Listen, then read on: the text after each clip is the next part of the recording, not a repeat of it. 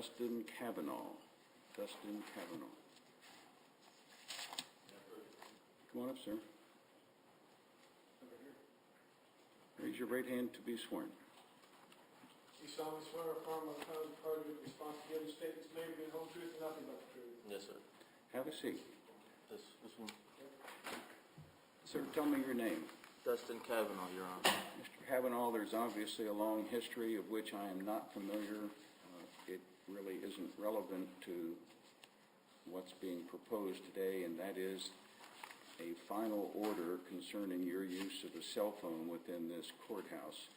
And there has been as I read the file, an interim trespass order, which then became an amended interim order, and now a final order of court is proposed, and you have the opportunity to address the court concerning that final order. Is there anything you'd like to say?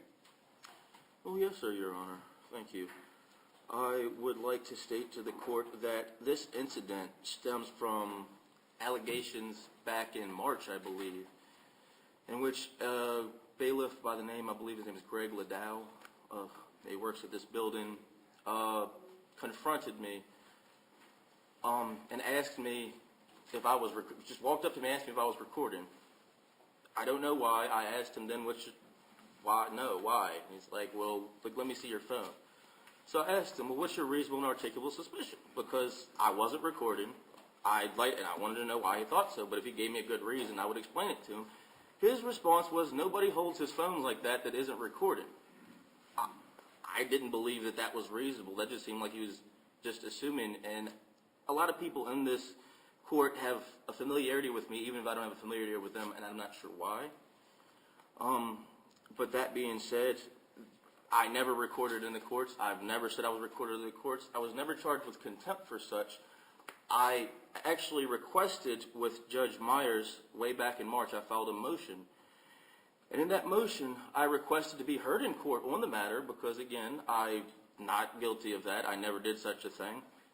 And I told Judge Myers that the way they had it, I hadn't seen a court order. I hadn't had court. I hadn't seen anything in writing.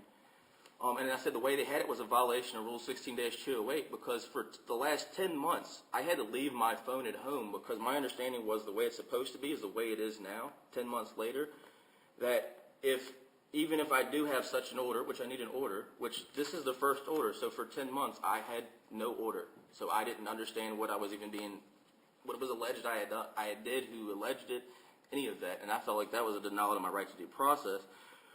But anyways, I attempted just to be heard in court way back in March. Judge Myers denied it, said read Rule 16-208. You know, I had been busy with other matters. About 9 months later, I filed another motion. And I explained the part of 16-208 that I believed that they were misinterpreting, I would believe inadvertently. And that dealt with the drop-off and pickup location of the phone, which Judge Thomas wonderfully has now, I guess, seen that they made that mistake at first about 16-208, but that's what I've been saying for 10 months.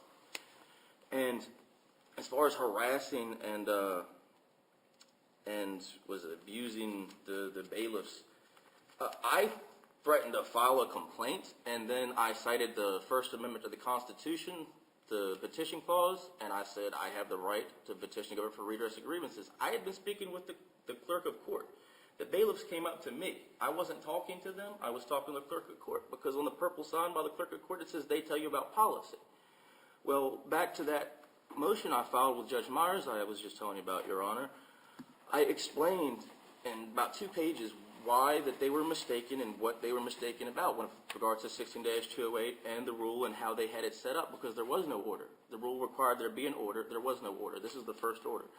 Okay? So Judge Myers responded and told me that it wasn't an order, it was a matter of court policy. So then, even more confused, that's when I went up to the court and I asked the clerk of court, and they said on their little purple thing that they're the ones that explain policy. I said, what policy in this court says that I, Dustin Cavanaugh, cannot bring my phone into this court building? And at first, there was no drop it off with the bailiff. It was if I brought my phone into the court building, they would take it, they would keep it. And I kept telling them that's not how 16-208 works. There's a specific way to do that. And to me, it was 10 months of harassment because, in my understanding, even if they did think I was recording, which I wasn't, but even if they did, Had they just taken it at the beginning at the pickup location, then I couldn't record anyway, even if they thought I had. So to not do that from the beginning shows that there was some sort of other intent in my eyes than just upholding the law. And given that I know I didn't do it to begin with, there was no court case, it was just all hearsay, I don't believe that it was appropriate to even make such a claim, especially without a court order. And I would request today that it be rescinded based on the fact that there was no order for those 10 months, and they were keeping me. Sir, just a minute, that would be rescinded. What are you talking The about? order, the interim order of court, saying that I can't bring my phone into the court building. Oh, okay.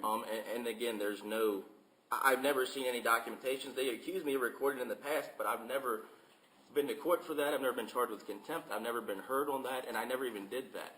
And this is the first I'm actually seeing it in writing that I'm being accused of that. So I don't believe that this last 10 months there's been any actual order. It's been just them saying something that's been against the rule itself, and that it wasn't accurate, and that the whole issue at hand was created because I was trying to explain this to them, and they weren't hearing me. Okay, sir, just a minute. Where in this proposed final order are you accused of something? It says, Your Honor, Which page? Front? Second page? hold on. I'm sorry, Your Honor. Give me 1 second.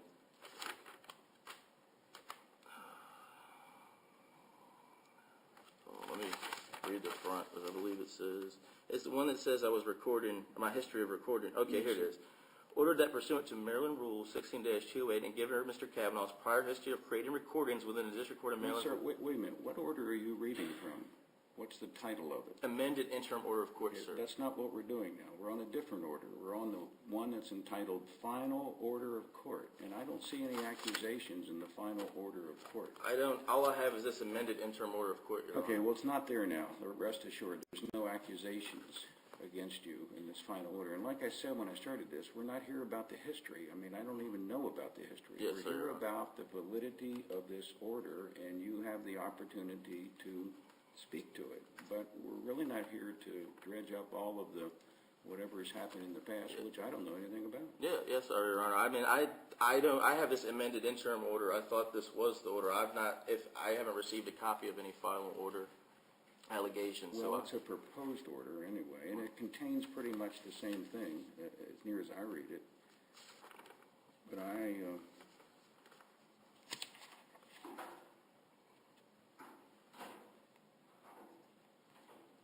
where on your order does it allege something? What page? The first page, Your Honor. Right on the first page about, it says ordered, and then the third order, where it says ordered on the third part, says that pursuant to Maryland Rule 16-208 and given Mr. Cavanaugh's prior history of creating recordings within the District Court of Maryland for Washington County, J. Lewis Bublitz District Courthouse, in violation of Maryland Rule 16-208, Mr. Cavanaugh was not permitted to possess a cell phone or other electronic device within the courthouse. Okay.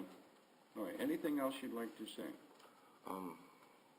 That I'm innocent of everything against me, and I wish I would have been able to say this 10 months ago. And even back then, I had my headphones on, my microphone was up. I could have proved, had I had a court date, that I was not recording, and I was never afforded that. And I believe that was a violation of my right to due process, and as a result, that this should not continue.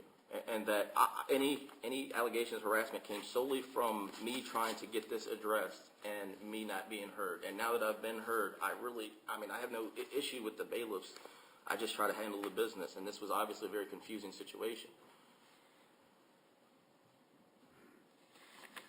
All right, sir. As I said, I'm not familiar with the history or the background, but as I view the rule, the Maryland rules, and as I view the proposed final order, I find them to be in proper form and find this to be a lawful exercise of the authority of the judges of this court.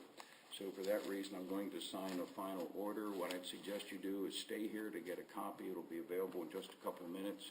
I think another copy will be mailed to you. The bottom line is just don't bring your cell phone here. It's so simple. It's so easy. Don't bring your cell phone into this courthouse, and the problem's solved. Do I have appeal rights, Your Honor? Certainly, certainly. Thank you. Have a seat back in the audience.